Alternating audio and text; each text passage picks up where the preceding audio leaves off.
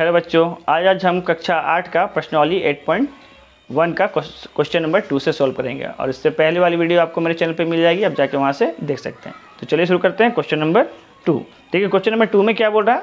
Question number 2 में कह रहा है किसी संख्या के दोगुने में 8 जोड़ने पर 32 प्राप्त होता है, वह संख्या ज्ञात कीजिए।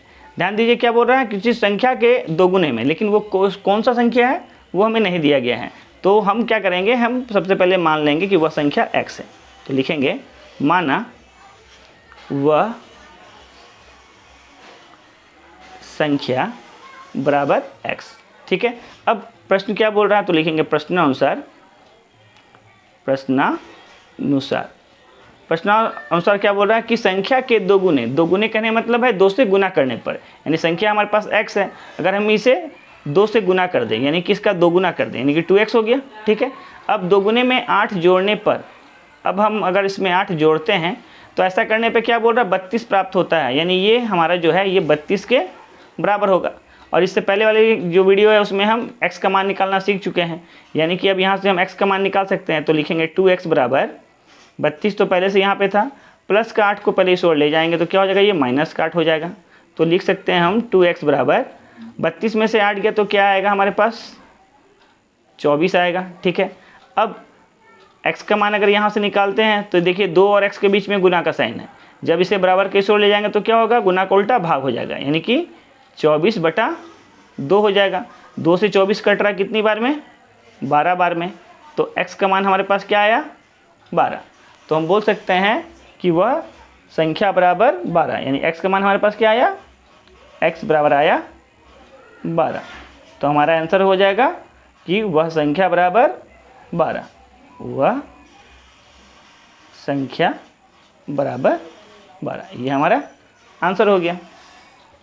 देखिए क्वेश्चन नंबर 3 में क्या कह रहा है, क्वेश्चन कह रहा है किसी संख्या के 1/3 में 5/2 घटाने पर 3/2 प्राप्त होता है, वह संख्या ज्ञात कीजिए। लेकिन वह संख्या क्या है हमें नहीं पता है। जब आपको संख्या ना पता हो तो हम क्या करेंगे, उसे x मान लेंगे। तो लिखेंगे माना वह संख्या बराबर x। अब जैसा जैसा प्रश्न बोल रहा है वैसा वैसा हमें करना है, यानी प्रश्न से। अब प्रश्न में क्या कहा गया है, तो सबसे पहले देखिए क्या बोल रहा है, किसी संख्या के, तो संख्या को हम क्या माने हैं, x माने हैं। तो इस संख्या का कितना बोल रहा है, 1/3 मतलब 1 का तीसरा भाग। 1 का तीसरा भाग का मतलब होता है गुना, यानी कि संख्या का यानी x गुना, और 1/3 का मतलब 1/3 में, यानी इसमें अगर इसमें हम 5/2 घटाएं, यानी इसमें अगर हम 5/2 को घटाएं तो कह रहा है क्वेश्चन कि 3/2 प्राप्त होता है, यानी ये हमारा 3/2 के बराबर होना चाहिए। ठीक है, तो चलिए इसको सॉल्व करते हैं। देखिए x का गुना जब एक के साथ करेंगे तो ऊपर एक एकम x ही हो जाएगा, क्योंकि किसी भी संख्या का पढ़ा आप एक बार पढ़िएगा तो क्या आएगा, वही संख्या ही आएगा। तो ऊपर तो x हो गया, नीचे आपका 3 है तो 3 ही रह गया, माइनस 5/2 बराबर कितना आना चाहिए, 3/2 आना चाहिए। अब हमें चूँकि x का मान निकालना है इसलिए x को यहीं पे रहने देंगे और बाकी संख्या को उस तरफ ले जाएंगे। तो जब बराबर के उस तरफ जाता है तो साइन चेंज हो जाता है, यानी पहले से आपका 3/2 तो था ही, माइनस का 5/2 जब इधर गया तो क्या बन गया, प्लस का 5/2। ठीक है, अब देखिए कि अब उसके बाद क्या करेंगे, तो पहला तो आपका x/3 जैसा है वैसा लिख दिए। अब देखिए यहाँ दोनों ही नीचे में क्या है, 2 है। जब नीचे में आपका हर समान हो तो लसो भी क्या आएगा, समान आएगा। जब लसो समान आए तो ऊपर भी आपका सेम ही रहेगा, यानी कि 3 जोड़ 5 ही लिख देना है। तो x/3 का मान कितना आया हमारे पास, 5 और 3 8/2। 2 से कट रहा है तो इसको काट देंगे, 2 चौके 8। तो x/3 का मान हमारे पास क्या आया 4, लेकिन हमें क्या चाहिए, x का मान चाहिए, इसलिए x बराबर निकालेंगे। यहाँ 3 क्या है, भाग में है, जब इसे बराबर कैसे ले जाएंगे तो भाग का उल्टा क्या हो जाएगा, गुना, यानी 4 गुना 3। तो x का मान हमारे पास क्या आया, तो x का मान हमारे पास आया 4×3 12, यानी हम बोल सकते हैं कि वह अभिष्ट संख्या बराबर क्या होगा, 12। तो लिखेंगे वह संख्या बराबर 12, ये हमारा आंसर हो जाएगा। देखिए क्वेश्चन नंबर 4 में क्या बोल रहा है, क्वेश्चन बोल रहा है 2 संख्याओं का योग 35 है। योग बोलने का मतलब है जोड़ना, यानी दो संख्या को अगर हम जोड़ते हैं तो हमारे पास आंसर कितना आना चाहिए? 35। यदि एक संख्या दूसरी संख्या से 5 अधिक है, ठीक है, तो दोनों संख्या हमें ज्ञात करके बताना है। लेकिन हमें यहाँ पे दोनों संख्या नहीं दिया गया, लेकिन ये पता है कि पहली संख्या जो है वो दूसरी संख्या से क्या है? 5 अधिक है, ठीक है। तो हम सबसे पहले जो नहीं मालूम है उसे लिख देते हैं, यानी दूसरी संख्या कितनी वो तो नहीं मालूम है, तो सबसे पहले लिखेंगे माना दूसरी संख्या बराबर x, माना दूसरी संख्या बराबर x। अब जब हम दूसरी संख्या को x मान लिए हैं तो यहाँ में क्वेश्चन में क्या क्या कर रहा है? यदि एक संख्या दूसरी संख्या से 5 अधिक है, अगर दूसरा संख्या को हम x माने हैं तो पहला संख्या क्या हो जाएगा? तो पहला संख्या क्वेश्चन में कह रहा है कि दूसरी संख्या से 5 अधिक है, तो अगर दूसरी संख्या x है तो पहली संख्या क्या होगा? उससे 5 अधिक, यानी कि 5 उसमें ऐड कर देंगे, ठीक है। अब प्रश्न क्या बोल रहा है? तो देखिए प्रश्नानुसार क्वेश्चन में कह रहा है कि दोनों संख्याओं का योग कितना होना चाहिए? 35। योग यानी जोड़, यानी अगर इस दोनों को हम जोड़ते हैं तो हमारा आंसर कितना आना चाहिए? 35। तो x प्लस 5, इसका मान हमारे पास कितना आना चाहिए? 35 आना चाहिए। अब देखिए ये भी x है, ये भी x है, जब दोनों x को जोड़ेंगे तो x और x जुटा तो क्या बनेगा? 2x बन जाएगा, प्लस 5 कितना होना चाहिए? 35 होना चाहिए। अब यहाँ से हम 2x का मान निकालेंगे तो ये प्लस का 5 को इधर ले जाएंगे तो क्या हो जाएगा? माइनस का 5 हो जाएगा, यानी कि 35 माइनस 5 हो जाएगा। तो 2x का मान हमारे पास आएगा, 35 में से 5 गया तो 30। अब देखिए 2 और x के बीच में कोई साइन नहीं, मतलब गुना का साइन है, ठीक है। तो हम x को जब निकालेंगे तो 30 तो पहले से यहाँ में था, ये 2 गुना में है, यहाँ आया तो भाग में हो गया, 2 से कट रहा है 30 तो काट देंगे 15 बार में, तो x का मान हमारे पास कितना आया? 15। यानी ये तो हम निकाल लिए कि दूसरी संख्या हमारे पास क्या है? 15। तो पहली संख्या क्या होगी? तो लिखेंगे पहली संख्या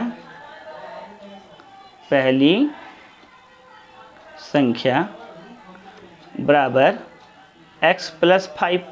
तो x का मान हमारे पास कितना है? 15 है, उसमें 5 जोड़ देंगे तो हमारा आंसर कितना आ जाएगा? 15 और 5 20, ठीक है।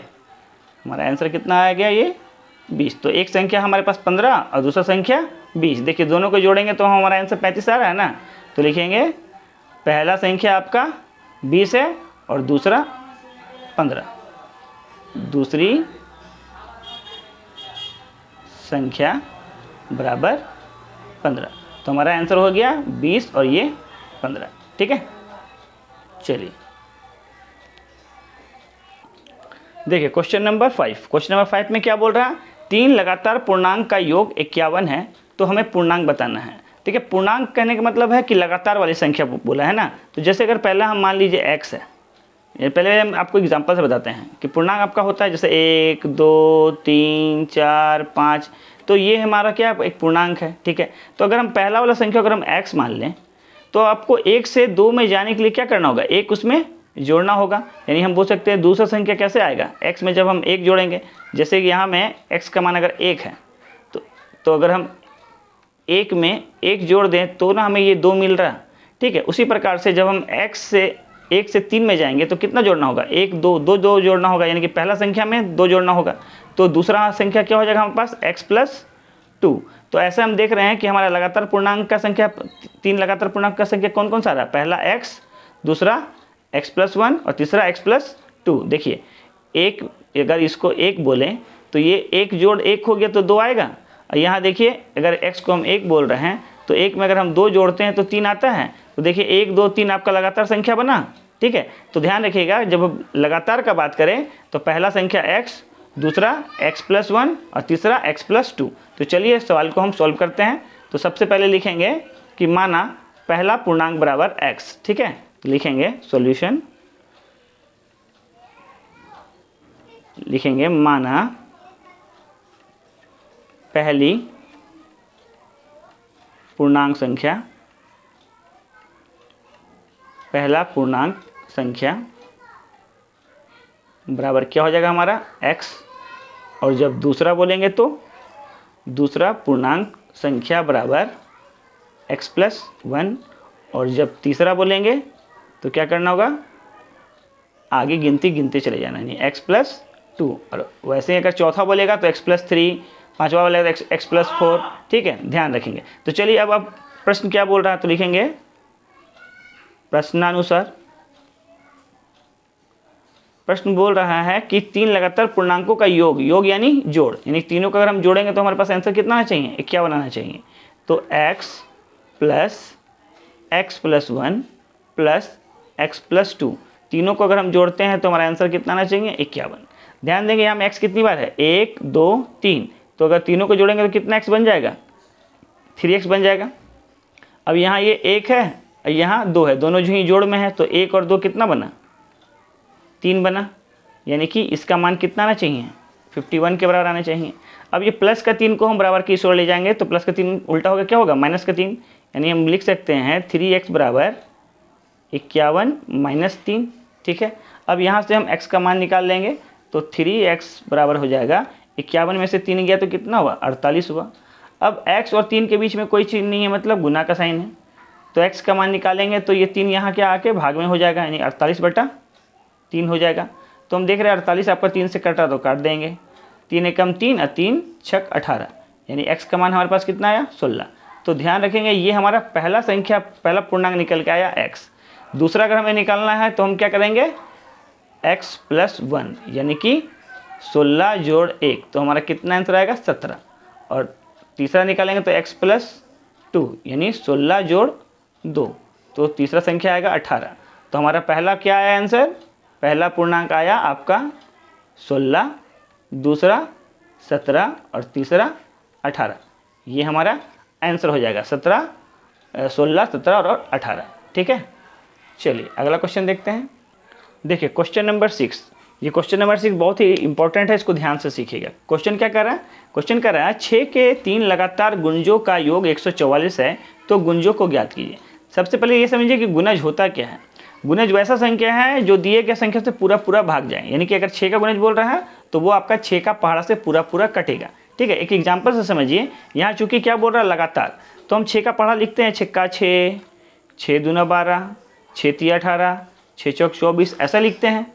तो ये सभी संख्या क्या है, 6 से आपका भाग लग रहा है पूरा पूरा, तो हमें तो यहाँ में संख्या नहीं दिया गया है, तो हम पहला संख्या को मान लें कि वो x है, ठीक है। यानी कि 6 को अगर हम x मान लें तो 6 से अगर हमें 12 में जाना है तो 6 में हमें और कितना जोड़ना होगा, 6 जोड़ना होगा। इसका मतलब दूसरा संख्या तक पहुँचना है तो पहला संख्या में हमें क्या जोड़ना होगा, 6 जोड़ना होगा, ठीक है। और वैसे ही अगर हम 18 तक पहुँचना, उसके जस्ट बाद 18 है ना, तो अगर हमें 6 से 18 तक जाना है तो पहला संख्या में हमें क्या जोड़ना होगा, 12 जोड़ना होगा। देखिए चेक कर लेते हैं, हम x को क्या माने हैं, 6।